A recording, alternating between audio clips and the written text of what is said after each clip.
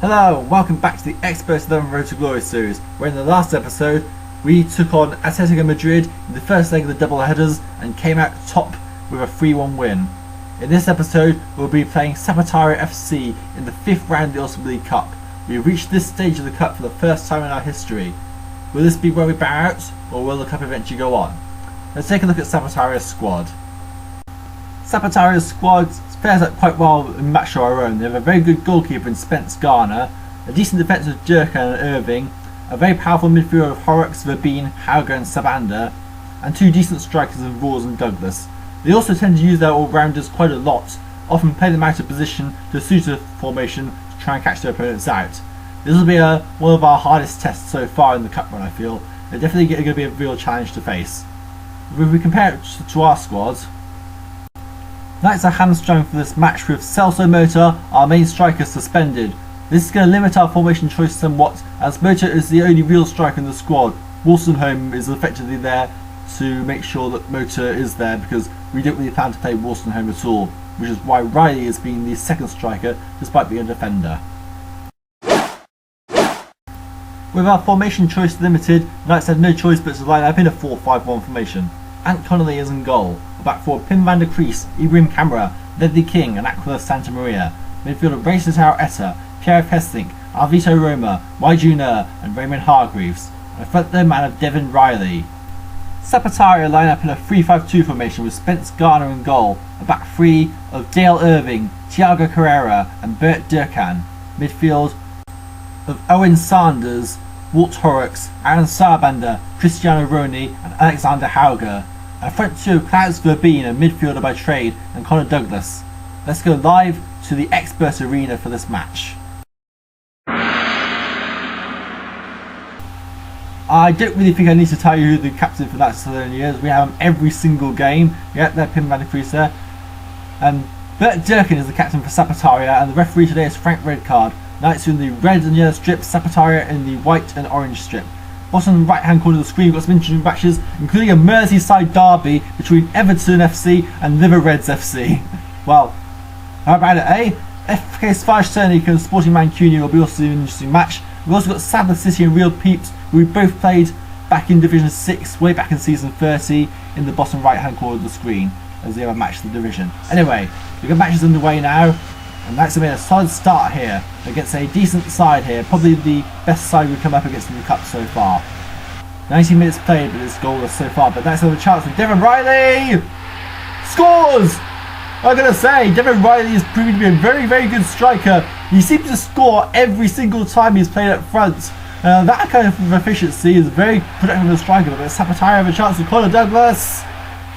And they got one back.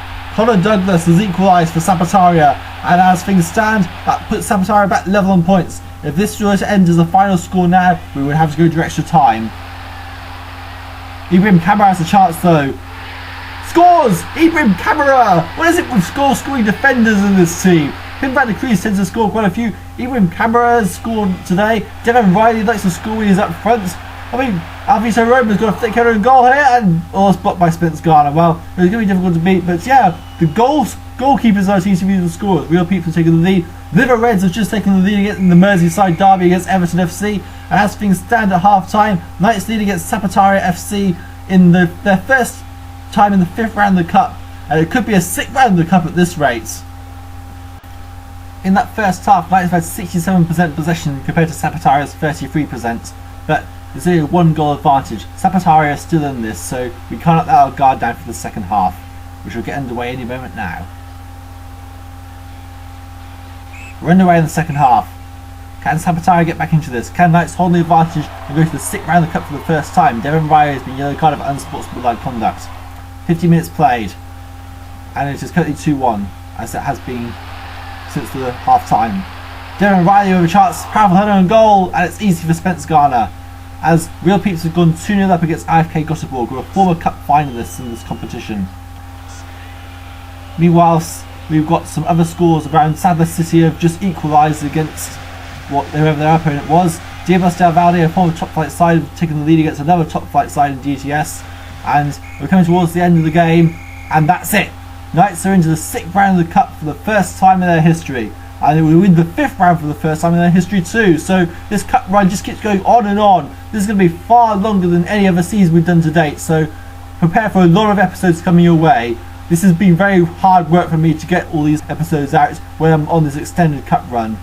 Dale Irving was a man of the match for Sapataria.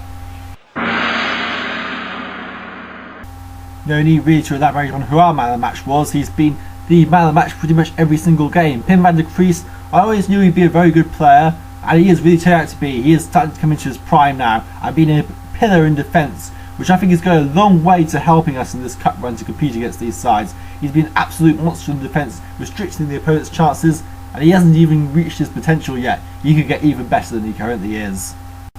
More importantly though, we managed to get through to another round of the cup, and against a very difficult opponent at that. We managed to successfully man-mark their playmaker. Unfortunately, because of our limitations, we didn't have stealth and motor in the squad, so they're easily able to predict our 4-5-1 formation, and we failed to predict theirs, which didn't help matters. But at the end of the day, we got through to the next round of the cup, and our cup run just keeps going on and on. I just wonder how long it can go on for. And you know, I'm starting to have second thoughts about the cups being detrimental to the team. It's actually proving to be quite good for us. Team of the week doesn't have any of our players in, which shows we're still quite a way behind the top standard in this league overall. Marco Antonio Ferreira, Darabas Davide as the goalkeeper in goal. Back for Hubert Koitchen, Shark United. Alfredo Bertram, FCD Sharga. Waldemar Grambon, Falkirk Flyers. And Harry Stroblon, BOK. Midfield of Nicky Higgin, House of Stark. Jake Moir, Falkirk Flyers. Ian Vizio, Raptors FC. And Gottfried Berberich, the Satanian Warriors.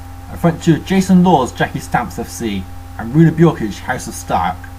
Okay, we're halfway through the season now, so it's time to take a look at the DV so far at this halfway stage of the season. Well, we're only halfway through the season, but already this is looking more like end of season DV rather than half of season DV, which shouldn't be too much of a surprise, as we have effectively played most of the matches we would do during a normal season already, with only a few until the season would normally finish. Still, 3 17s, 1 16 and 4 15s is great DV for this stage of the season. Now it's time to find out who our opponents are in the next round of the cup. And our opponents are...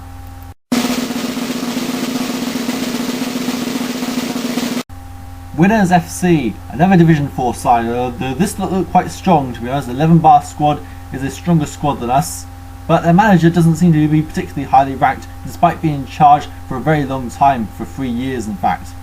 It'll be interesting to see how this one goes, but for now we've got a second leg against Atletico Madrid to take care of, so see you in the next episode. Goodbye.